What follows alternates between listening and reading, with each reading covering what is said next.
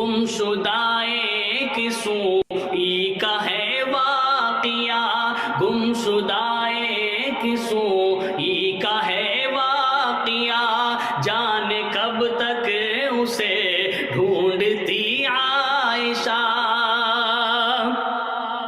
رات کی تیرگی میں ہے۔ میں نے آپ کو بتایا تھا کہ فی الوقت ہمارے اسٹیج پر وہ خطیب، وہ نوجوان عالم دین جو جودھپور راجستھان سے چل کر آپ کے اس مدرسے میں فلاح دارین میں آیا ہے، واقعی نوجوان عالم دین ہے اور نیک لوگوں میں شمار ہوتا ہے۔ اس طرح کے لوگ بہت کم دیکھنے کو ملتے ہیں۔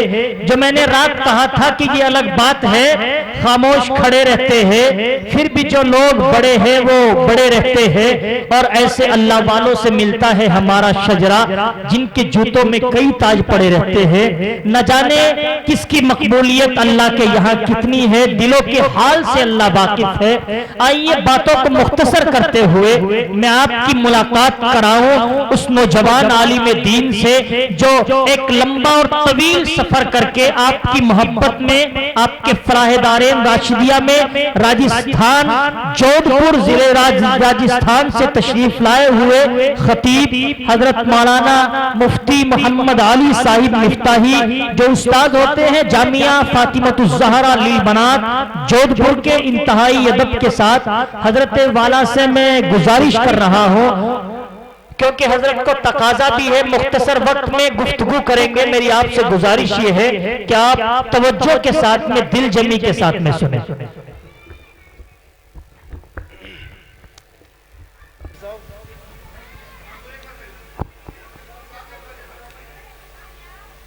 الحمد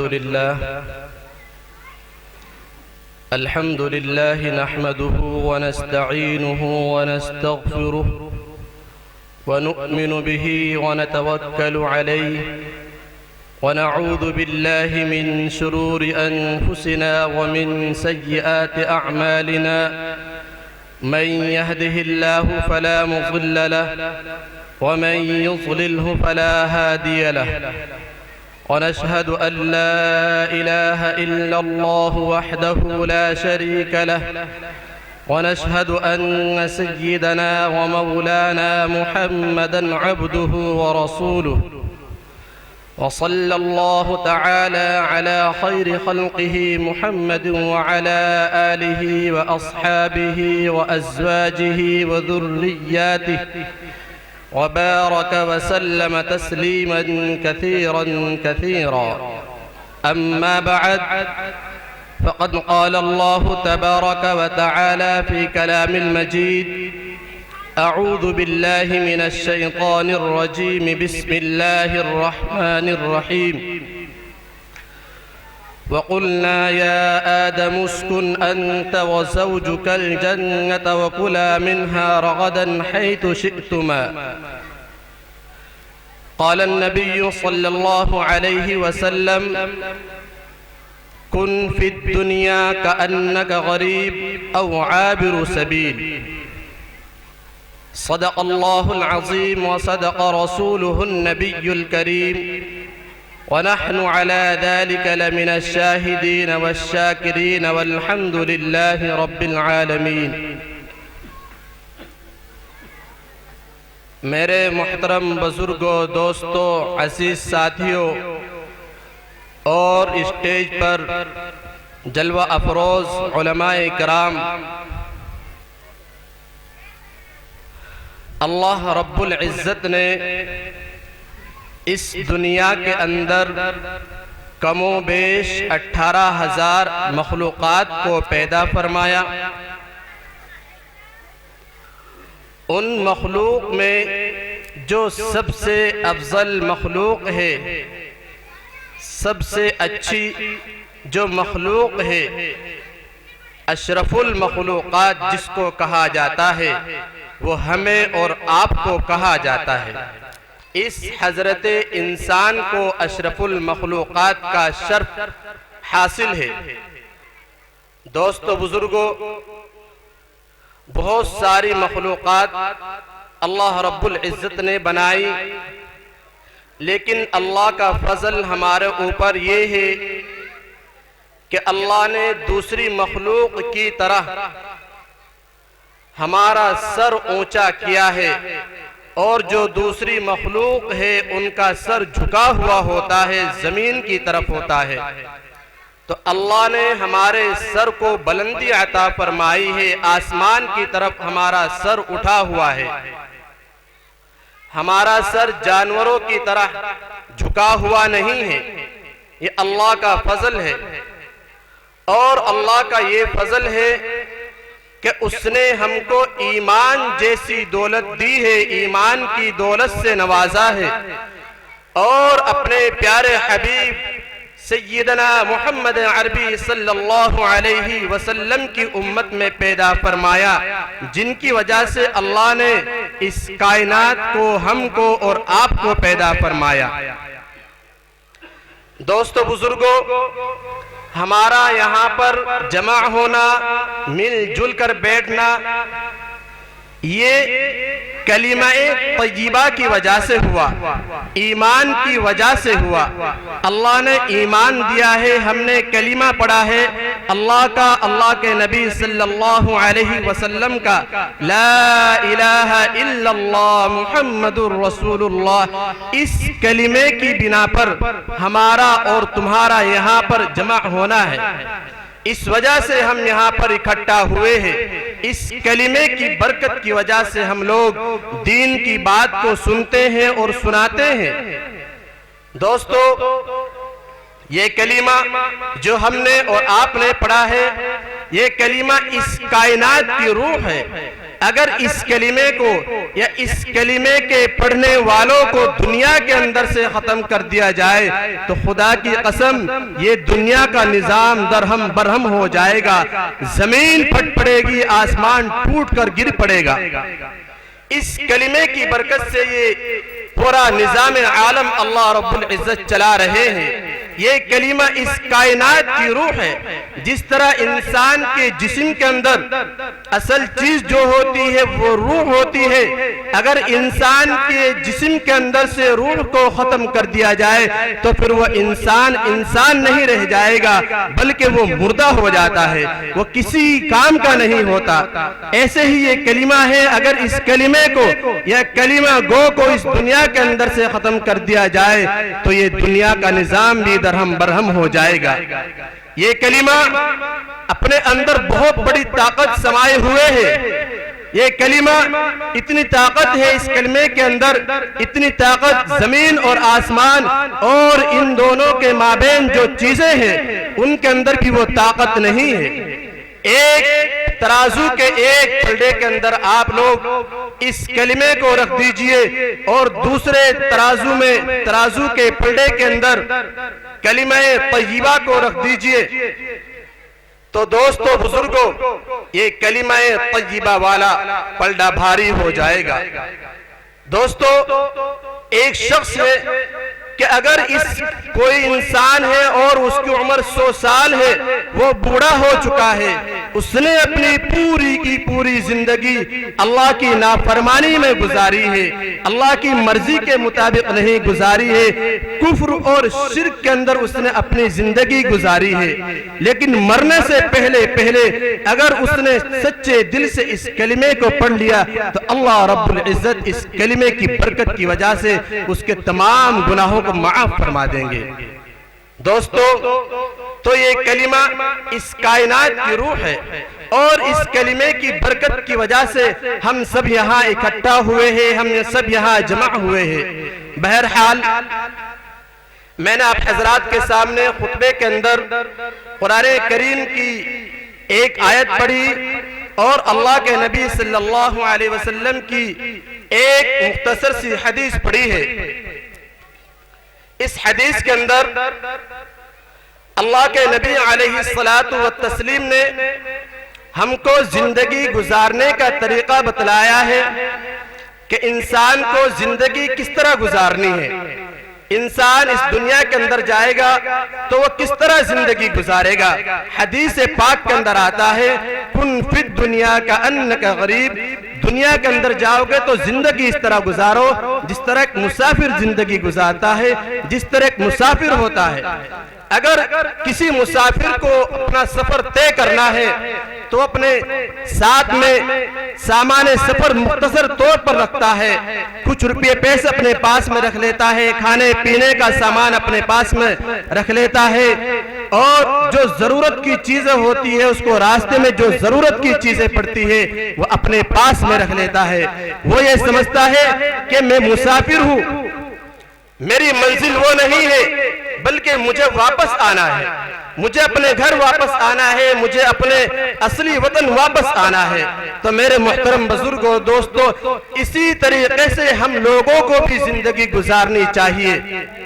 قرآن کریم کے اندر فرمایا وَقُلْنَا يَا آدَمُ اسْكُنْ أَنْتَ وَزَوْجُكَ الْجَنَّةَ وَكُلَا مِنْهَا رَغَدًا حَيْثُ شِئْتُمَا۔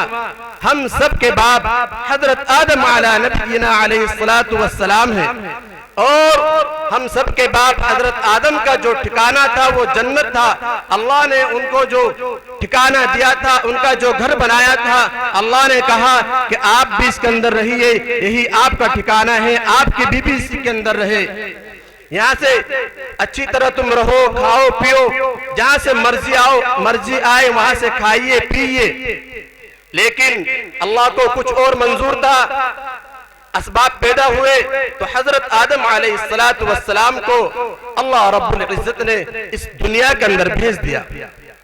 تو ہم سب کے باپ حضرت آدم علیہ السلام ہے، اور ان کا مسکن، ان کا ٹھکانہ جنت ہے، اور جو باپ کا ٹھکانہ ہوتا ہے، باپ کا جو گھر ہوتا ہے، وہی اس کے بیٹوں کا ہوتا ہے۔ ہم سب حضرت آدم علیہ السلام کی اولاد ہیں، ان کے بیٹے ہیں، ان کی بیٹیاں ہیں۔ تو ہم سب کو زندگی اس طرح گزارنی چاہیے جس طرح ایک مسافر زندگی گزارتا ہے۔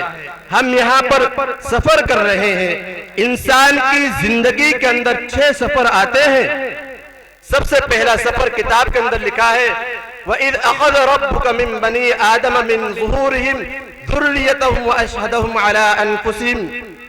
اللہ رب العزت نے فرمایا کہ اس وقت کو یاد کرو کہ جب آپ کے رب نے حضرت آدم علیہ السلام کی پشت سے ان کی اولاد کو نکالا، اور ان کی اولاد سے ان کی دوسری اولادوں کو نکالا۔ تمام انسانوں کو اللہ نے چونٹیوں کی شکل میں عالم ارواح کے اندر پیدا فرمایا تھا۔ حضرات محترم، تمام انسانوں کو چونٹیوں کی شکل میں اللہ رب العزت نے عالم ارواح کے اندر نکالا تھا، اور وہاں پر ایک عہد لیا گیا تھا، ایک وعدہ لیا گیا تھا کہ بتائیے الست بربکم، کیا میں تمہارا رب نہیں ہوں؟ اللہ نے تمام انسانوں کو، جتنے بھی حضرت آدم علیہ السلام سے لے کر قیامت تک جتنے بھی لوگ آئیں گے، تمام لوگوں کو نکال کر عہد لیا تھا کہ الست بربکم، کہ کیا میں تمہارا رب نہیں ہوں؟ سب نے سوچ سمجھ کر جواب دیا کہ کیوں نہیں، آپ ہی ہمارے رب ہیں۔ یہ بھی بھلا کوئی بات ہے؟ یہ بھی پوچھنے کی بات ہے؟ آپ ہی ہمارے رب ہیں۔ تو دوستو بزرگوں، تمام انسانوں نے ایک زبان سے کہا تھا کہ آپ ہی ہمارے رب ہیں، آپ کے سوا کوئی ہمارا رب نہیں ہے۔ تو وہاں پر بہت ساری مخلوق تھی اور فرشتے بھی موجود تھے۔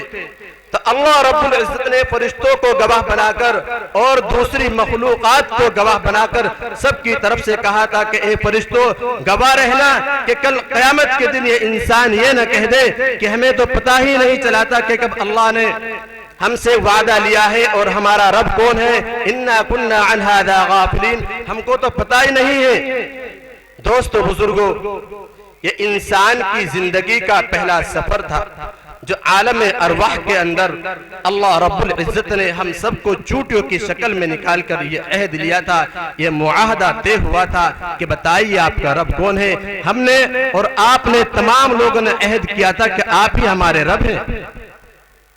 اس کے بعد میں انسان کی زندگی کا دوسرا سفر شروع ہوتا ہے جب باپ کا نطفہ ماں کے رحم کے اندر جاتا ہے اور جس کی وجہ سے بچہ ٹھہر جاتا ہے۔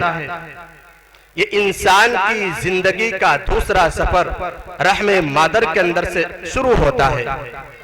اس سفر کی مدت عام طور سے 9 مہینے ہوتی ہے۔ انسان ماں کو پتہ بھی نہیں ہوتا کہ تیرے پیٹ میں جو بچہ پل رہا ہے، جو پانی کا قطرہ تیرے رحم کے اندر گیا، کب وہ خون بنا، کب وہ جسم کا، کب وہ لوتھڑا بنا، کب اس کے دوسرے اعضاء بنے، ہاتھ پیر بنے، کب اللہ رب العزت کی طرف سے اس کے اندر روح کو پھونکا گیا، ماں کو نہ پتہ ہوتا، نہ باپ کو پتہ ہوتا ہے، نہ ماں کو پتہ ہوتا ہے۔ اللہ رب العزت ایک پری سا چہرہ اس کو دیتے ہیں، حسین اور جمیل خوبصورت چہرے سے اس کو نوازتے ہیں۔ اب انسان ماں کے پیٹ سے نکل کر دنیا کے اندر آتا ہے، دنیا کے اندر آنکھیں کھولتا ہے، ماں کے پیٹ سے نکل کر دنیا کے پیٹ کے اندر آتا ہے۔ اس کے بعد انسان کی زندگی کا یہاں سے تیسرا سفر شروع ہوتا ہے۔ یہ انسان کی زندگی کا تیسرا سفر جو ہمارا اور آپ کا شروع ہے، کسی کا ہونے والا ہے یا ہم سب کا ہو رہا ہے، تو ہم جو سفر طے کر رہے ہیں وہ اپنی زندگی کا تیسرا سفر طے کر رہے ہیں۔ ہم نے جو 2 سفر گزارے ہیں، ایک عالم ارواح کے اندر اور ایک اپنی ماں کے پیٹ کے اندر، وہ دونوں سفر غیر اختیاری تھے۔ ہمارے ہاتھ میں کوئی چیز نہیں تھی، ہمارے بس کی کوئی بات نہیں تھی، لیکن جب ہم دنیا کے اندر آ گئے، اب ہمارا یہ سفر ہمارے اختیار میں ہے، ہمارا یہ سفر غیر اختیاری نہیں ہے۔ اب دنیا کے اندر انسان شریعت کا مکلف بن جاتا ہے، قرآن اور حدیث کا مکلف بن جاتا ہے۔ اب اس کو اپنی زندگی جو گزارنی ہے، اپنی زندگی کا ایک قدم پھونک کر رکھنا ہے کہ کہیں اپنی زندگی کا جو میں قدم رکھوں گا، کہیں وہ گناہوں کی طرف تو نہیں جا رہا ہے۔ دوستو بزرگوں، اب ہمارا اور تمہارا یہ سفر تیسرا سفر ہے۔ ہم اس سفر کو سوچ سمجھ کر گزارے، اللہ کی مرضی کے مطابق گزارے، نبی علیہ الصلوۃ والتسلیم جو شریعت اس دنیا کے اندر لے کر آئے تھے اس طریقے کے مطابق گزارے، آپ صلی اللہ علیہ وسلم کی سنت کے مطابق گزارے۔ انسان اس دنیا کے اندر رہ کر جب خدا کی مرضی کے مطابق زندگی گزارتا ہے، مولا کی مرضی کے مطابق زندگی گزارتا ہے، اور اللہ رب العزت کی طرف سے یہ فیصلہ ہوتا ہے کہ اللہ رب العزت اس کے تمام غموں کو بے فکر کر دیتے ہیں، ختم کر دیتے ہیں، اب اس کو کوئی غم نہیں ہوتا۔ اور جو انسان مولا کی مرضی کے مطابق زندگی نہیں گزارتا، شریعت کے مطابق زندگی نہیں گزارتا، گناہوں کے اندر ڈوب جاتا ہے، گناہوں کی دلدل کے اندر پھنس جاتا ہے، تو اللہ رب العزت کو اس کو کوئی پرواہ نہیں ہوتی کہ وہ کہاں مرے گا، کس وادی کے اندر وہ ہلاک ہو جائے گا، کس پانی کے اندر وہ غرق ہو کر مر جائے گا۔ اللہ کو اس کو کوئی پرواہ نہیں ہوتی، کیونکہ اللہ رب العزت نے فرمایا فَمَنْ شَاءَ فَلْيُؤْمِنْ وَمَنْ شَاءَ فَلْيَكْفُرْ۔ اللہ رب العزت نے بتا دیا ہے کہ ایک راستہ سیدھا جاتا ہے اور ایک راستہ ٹیڑھا جاتا ہے۔ اگر انسان سیدھے راستے پر چلے گا تو اپنی منزل مقصود تک پہنچ جائے گا، اپنے گھر پہنچ جائے گا، جہاں اس کو جانا ہو وہاں پہنچ جائے گا، اور اگر غلط راستے سے جائے گا، ٹیڑھے راستے سے جائے گا، نہ وہ اپنی منزل مقصود تک پہنچ سکتا ہے، بھٹک جائے گا۔ تو اللہ نے فرمایا کہ اگر تم شریعت کے مطابق زندگی گزارو گے، قرآن پر عمل کرو گے، میرے پیارے نبی صلی اللہ علیہ وسلم کے طریقے پر عمل کرو گے، تو یہ راستہ، میرا راستہ، قرآن کا راستہ، میرے نبی کا راستہ تم کو جنت کے اندر داخل کر دے گا۔ اور اگر تم ٹیڑھے راستے سے جاؤ گے، شیطان کے راستے پر چلو گے، تو یہ راستہ تم کو جہنم کی طرف دھکیل کر لے جائے گا، اور ایک دن ایسا آئے گا کہ انسان جہنم کے اندر جا گرے گا۔ میرے محترم بزرگ اور دوستوں، اب ہم کو فیصلہ کرنا ہے کہ ہم کو کون سے راستے پر چلنا ہے۔ آیا ہم کو جنت والے راستے پر چلنا ہے یا جہنم کے راستے پر چلنا ہے؟ محترم حضرات، جو انسان اعمال صالحہ کرتا ہے، نیک کام کرتا ہے، اللہ رب العزت کی طرف سے فیصلہ ہوتا ہے کہ اس کو جنت کے اندر داخل کر دیا جائے، اور جو انسان اعمال بد کرتا ہے، گناہوں کے اندر ڈوب جاتا ہے، گناہوں کی دلدل میں پھنس جاتا ہے، تو اللہ رب العزت اس کو جہنم کی طرف دھکیل دیتے ہیں۔ حضرت سلمان فارسی رضی اللہ تعالیٰ عنہ کے بارے میں آتا ہے کہ جب ان کا انتقال ہونے لگا تو کسی شخص نے پوچھا کہ اے سلمان تم کیوں رو رہے ہو؟ کیا وجہ ہے؟ تمہیں غم ہے؟ یہ غم کس بات کا ہے؟ کیوں رو رہے ہو؟ حالانکہ جب اللہ کے نبی صلی اللہ علیہ وسلم اس دنیا سے پردہ فرما گئے، اس دنیا سے تشریف لے گئے، تو وہ آپ سے راضی تھے اور آپ ان سے راضی تھے۔ تو حضرت سلمان فارسی رضی اللہ تعالیٰ عنہ نے ارشاد فرمایا کہ اے اللہ کے بندے، میں اس ڈر سے نہیں رو رہا ہوں کہ میں دنیا چھوڑ کر جا رہا ہوں، مجھے دنیا کے چھوٹ جانے کا غم ہے، اور نہ میں اس ڈر سے رو رہا ہوں کہ میرے بچے مجھ سے چھوٹ جائیں گے، نہ مجھے موت کا غم ہے، نہ مجھے دنیا کے چھوٹ جانے کا غم ہے۔ میں تو اس بات سے رو رہا ہوں کہ اللہ کے نبی علیہ السلام نے ہم سب سے عہد لیا تھا، ایک وعدہ لیا تھا کہ تم دنیا کے اندر اس طرح زندگی گزارنا، اتنی ضرورتیں پوری کرنا جس طرح ایک مسافر اپنی ضرورتیں پوری کرتا ہے، اپنے ساتھ میں تھوڑا سا توشہ رکھتا ہے اور پھر واپس اپنی منزل تک آ جاتا ہے، اس طرح تم زندگی گزارنا۔ لیکن ہم اس وعدے پر پورا نہیں اتر سکے، اللہ کے نبی علیہ السلام کے اس وعدے کو پورا نہ کر سکے۔ دوستو بزرگوں، حضرت سلمان فارسی رضی اللہ تعالیٰ عنہ کا جب انتقال ہو گیا تو ان کے گھر کی تلاشی لی گئی، ان کے گھر کو ٹٹولا گیا کہ کتنا مال ہے۔ لوگوں نے دیکھا کہ ان کے گھر سے صرف اور صرف 10 درہم نکلے، آج کے دور میں کہہ لیجئے کہ 10 روپے نکلے، پھر بھی وہ رو رہے ہیں کہ یہ 10 روپے، یہ 10 درہم کہیں زیادہ تو نہیں ہے، اور ہم نے اللہ کے نبی نے جو ہم سے عہد لیا تھا، جو معاہدہ ہوا تھا، اس پر ہم کھرے نہیں اترے ہیں۔ دوستو بزرگوں، یہ اللہ والے تھے، یہ صحابہ تھے کہ جن لوگوں نے اپنی پوری زندگی کا ایک ایک سانس آخرت کی تیاری میں گزار دیا، اور ایک ہم ہیں، آپ ہیں کہ ہم کو کوئی پرواہ نہیں ہے، بالکل بے حسی کی زندگی گزار رہے ہیں۔ اللہ رب العزت روزانہ اعلان فرماتے ہیں کہ اے دن کے گنہگار، رات ہونے سے پہلے توبہ کر لے، اور ایک رات کے گنہگار دن ہونے سے پہلے توبہ کر لے۔ ہم جب سوتے ہیں تو رات کو موبائل ہمارے پاس میں ہوتا ہے، ہم چادر اوڑھ لیتے ہیں، رضائی اوڑھ لیتے ہیں، اور چھپ چھپ کر گناہ کرتے ہیں، پتہ نہیں کس کس سے باتیں کرتے ہیں، کیا کیا دیکھتے ہیں، اور اسی حالت میں ہم سو جاتے ہیں۔ کتنی بری بات ہے اگر اللہ نہ کرے، خدا نہ کرے، اسی حالت میں ہماری موت آ جائے تو کیا بنے گا، آخرت میں کیا ہوگا، قبر کے اندر کیا ہوگا۔ تو میرے محترم بزرگ اور دوستو، اللہ رب العزت روزانہ اعلان فرماتے ہیں کہ اے دن کے گنہگار، رات ہونے سے پہلے توبہ کر لے، اور اے رات کے گنہگار دن ہونے سے پہلے توبہ کر لے۔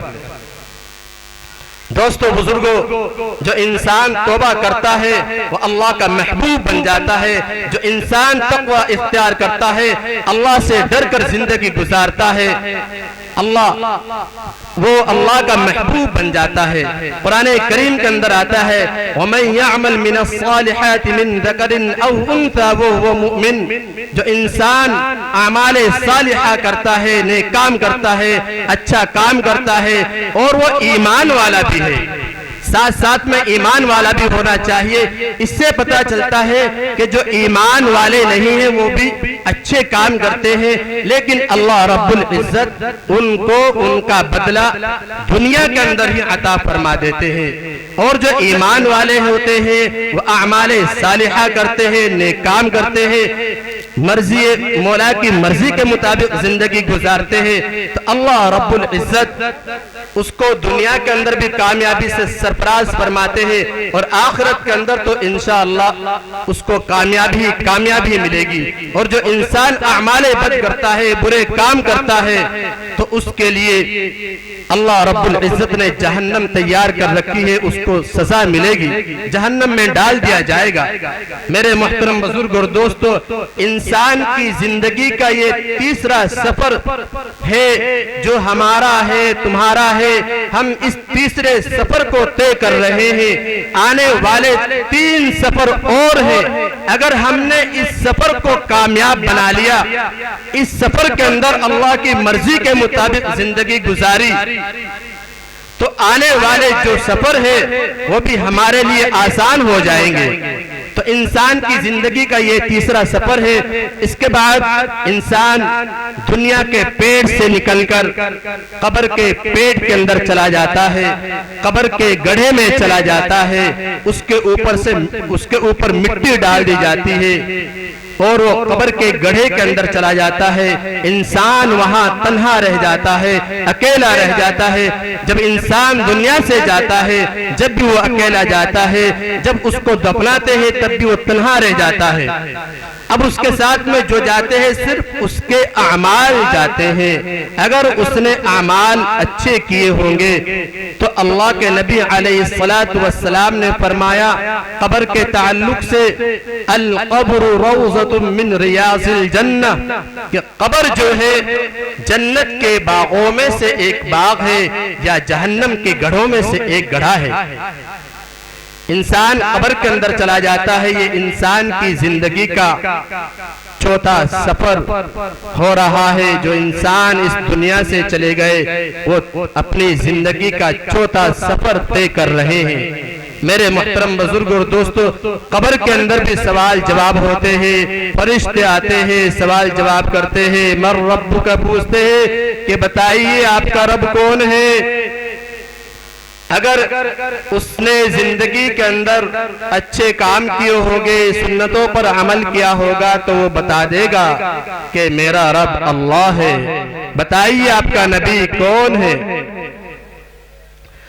تو اگر اس نے اچھے کام کیے ہوگے تو وہ بتا دے گا کہ میرا نبی یہ ہے۔